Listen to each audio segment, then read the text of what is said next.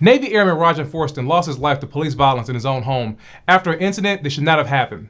His death has caused another discussion around the issue of race and policing in this country.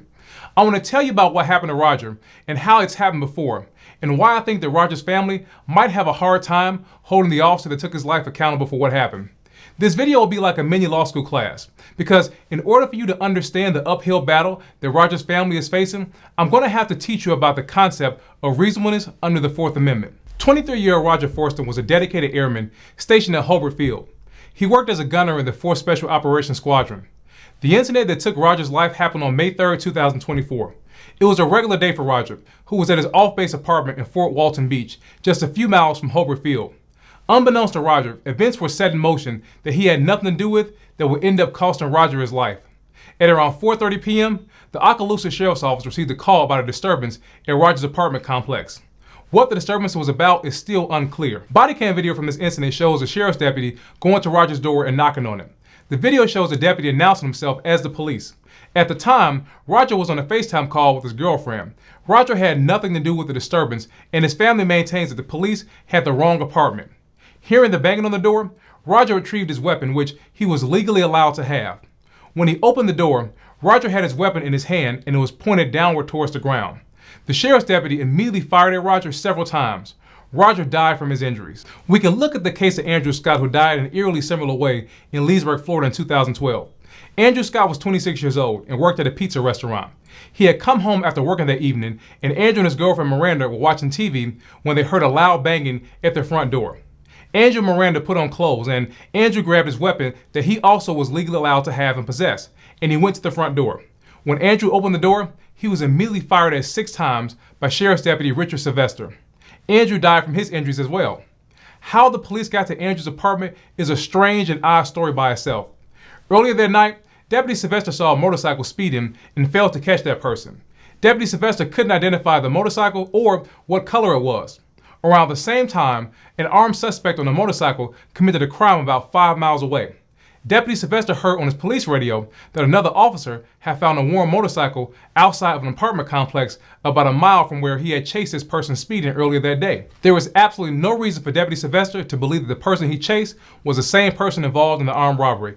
Absolutely none. But without having any evidence to support his suspicion, Deputy Sylvester went to the apartment complex believing that he had found the person that had gotten away from him, and this person was involved in the crime he heard on the police radio. The police ran the license plate of the motorcycle, and it came back to a man named Jonathan Brown. Had they simply asked the apartment manager, they would have learned that this individual lived in apartment 124. Instead, they went door to door looking for the driver. They began with apartment 114, Andrew Scott's apartment.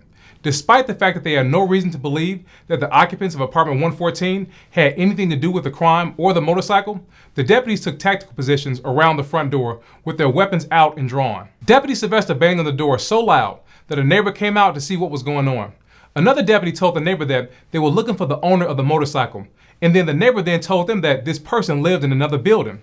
A few seconds later, Andrew Scott opened his door, and Deputy Sylvester started firing. No deputy ever said that they were the police. Deputy Sylvester nor any other deputy was ever disciplined or charged for what happened. Andrew's family filed a wrongful death lawsuit against Deputy Sylvester and the city of Leesburg, Florida, for what happened to their son. The judge in the case sided with the cops and the city of Leesburg and dismissed the entire case. The judge said that it didn't matter that the deputies never announced that they were the police when they banged on Andrew's door, and it didn't matter that there was no evidence that Andrew Scott was involved in any crime, and it didn't even matter that Andrew never pointed his weapon at any of the deputies. All that mattered is that Deputy Sylvester claimed that he feared for his life, and that was enough to dismiss the entire lawsuit. Andrew Scott's family never received a dime or even an apology for what happened to their son. So now let me break down exactly what that means and why this case was dismissed and why I think that Roger's family might face a similar legal challenge should they bring a lawsuit. Section 1983 of the Civil Rights Act of 1871 is what allows citizens to sue the police. I'm not going to go into detail about how black people got the right to sue the police. I actually covered that in another video called Monroe v. Pate, so check it out if you haven't seen it. I talk about how the Supreme Court denied black people the right to use Section 1983 to sue the police for over 90 years until the actions of the Chicago Police Department caused the court to do a sudden reversal. When you sue the police under Section 1983, you must show that the police violated your constitutional rights. The lawsuit that Andrew Scott's family brought alleged that the police violated Andrew's Fourth Amendment right to be free from unreasonable seizures. The Fourth Amendment is the most important amendment in the United States Constitution. The Fourth Amendment is more important than the Fifth Amendment, which provides you with the right to remain silent. It's more important than the Sixth Amendment, which provides you with the right to have an attorney present should you be questioned by the police or when you're prosecuted. And it's even more important than the 14th Amendment, which grants equal protection of due process rights. The Fourth Amendment of the U.S. Constitution is ground zero for understanding the daily indignities and injustices that Black people suffer at the hands of law enforcement every day in this country. The Fourth Amendment deals with things like stop and frisk and excessive force and unjustified shootings and botched raids and Black people dying in police custody and racial profiling and driving while Black and frankly just existing while Black. These are all allowed under the Fourth Amendment. Now what's interesting about this is that the Fourth Amendment says nothing about granting police powers. If you read the Fourth Amendment, it does not speak of granting any powers to police officers. It speaks of protecting people from government overreach. The Fourth Amendment started out as a check on police, but it's ended up being a gift to police as the Supreme Court has continued to side with law enforcement over the rights of citizens. The officer that took Andrew Scott's life did not have a warrant or probable cause to believe that Andrew had done anything wrong. Andrew, just like Roger, was fired at as soon as he opened his door.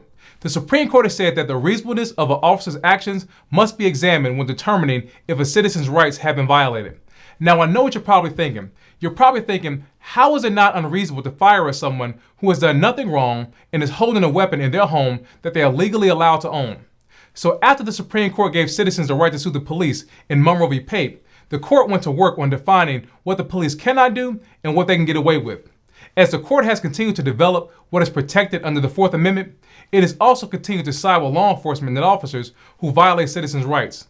It has done this repeatedly in the name of public and officer safety. The Fourth Amendment's protections are at their strongest inside of an individual's home. The Supreme Court has consistently said that citizens have an expectation of privacy in their home and that the Fourth Amendment protects them from government overreach and abuse while they're in their homes. In 2013, the court said that your home is first among equals. But the fact that Andrew Scott lost his life in his home does not mean that his Fourth Amendment rights were violated that night. In the lawsuit filed by Andrew's family, it was alleged that the police violated Andrew's rights by banging on his door in the middle of the night without probable cause to believe that Andrew had done anything wrong. After going through the discovery part of the lawsuit, both Andrew's family and the attorneys for the officer filed what's called a motion for summary judgment. That's a motion where you're essentially asking the judge to make a finding in your favor without the need for a jury trial. Essentially, a litigant is saying, hey judge, the evidence in law is so in my favor that we don't need a trial. You can decide this right now. I shall win as a matter of law. Attorneys for Andrew's family and the officer presented competing arguments around the legal concept of what's known as a knock and talk. A knock and talk is a police procedure where police without a warrant or probable cause will knock on the door of a residence and ask questions or permission to enter. Andrew's family said that pounding on the door in the middle of the night with weapons drawn was more invasive than a knock and talk and that the officer's conduct should be considered an unlawful entry into Andrew's home. The deputy's attorney said that it was a regular knock and talk situation. The judge sided with the deputy and said that had the deputy entered the apartment, it could have been an unlawful entry under the Fourth Amendment. But because he didn't, it was a normal knock and talk situation that had gone bad, and the Fourth Amendment was not violated at that moment. The next legal claim that Andrew's family alleged was that the deputy violated Andrew's Fourth Amendment rights by using excessive force on him. In a series of cases in the 1980s, the Supreme Court established rules for how courts are to determine when an officer has used excessive force. In the 1989 case called Graham versus O'Connor, the court told judges to give officers the benefit of the doubt when making an assessment about whether an officer's conduct was reasonable. It said that reasonableness of force should be based on what the officer believed and perceived at the time of the incident, and not based on 20/20 hindsight. The court stressed that force that may seem unreasonable and unnecessary when looked at later on can still be constitutional. The judge in Andrew's case relied on the Graham case to dismiss the excessive force claim. The judge said that while what happened to Andrew was sad and that it was tragic, it was not excessive because the deputy feared for his life when he fired at Andrew. That decision was upheld on appeal. So what lesson can we learn from what happened to Andrew Scott when looking at Roger Fortson's case? Well, first we know that it is likely that any argument that the officer violated Roger's rights by coming to the wrong apartment and banging loudly on the door will be found to be lawful because the officer's attorneys will say that it was lawful to do a knock and talk.